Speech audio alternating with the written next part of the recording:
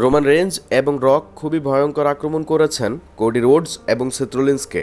আজকের Monday night রয়ার এপিসোডের একেবারে মেইন ইভেন্টে সেথ রোলিন্স এবং কোডি রোডসকে খুবই ভয়াবহ আক্রমণ করা হয়েছে রোমান রেঞ্জ এবং রকের পক্ষ থেকে। বিশেষ করে মানডে নাইট রয়ার এপিসোডের একেবারে মেইন ইভেন্টে সোলো সিকোয়া এবং সেথ রোলিন্সের মধ্যে ব্লাড লাইন রুলস একটি ম্যাচ কনফার্ম করা হয়েছে।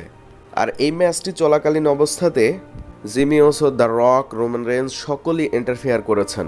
বিশেষ করে রক রিংয়ের মধ্যে এসে সেথ রোলিন্সকে যে সময়ে আক্রমণ করবেন ঠিক সেই সময়ে কোডি রোডস তিনি রিংয়ের মধ্যে এসেছেন। কোডি রোডস এসে খুবই ভয়াবহ আক্রমণ করেছেন হলিউড সুপারস্টার দ্য রককে। তবে রককে আক্রমণ করার পরে রিংয়ের বাইরে অ্যানাউন্সার টেবিলের ওপরে রক বটম মারার জন্য প্রস্তুত হয়েছিলেন কোডি রোডস। ঠিক সেই সময়ে পেছন থেকে রোমান রেঞ্জ এসে কোডি রোডসকে আক্রমণ করেন। রোমান রেঞ্জ আসার পরে পুরো গেম চেঞ্জ হয়ে গিয়েছে। রক এবং রোমান রেঞ্জ মিলে সেথ রোলিন্স এবং কোডি রোডসকে খুবই ভয়াবহ আক্রমণ করেছেন।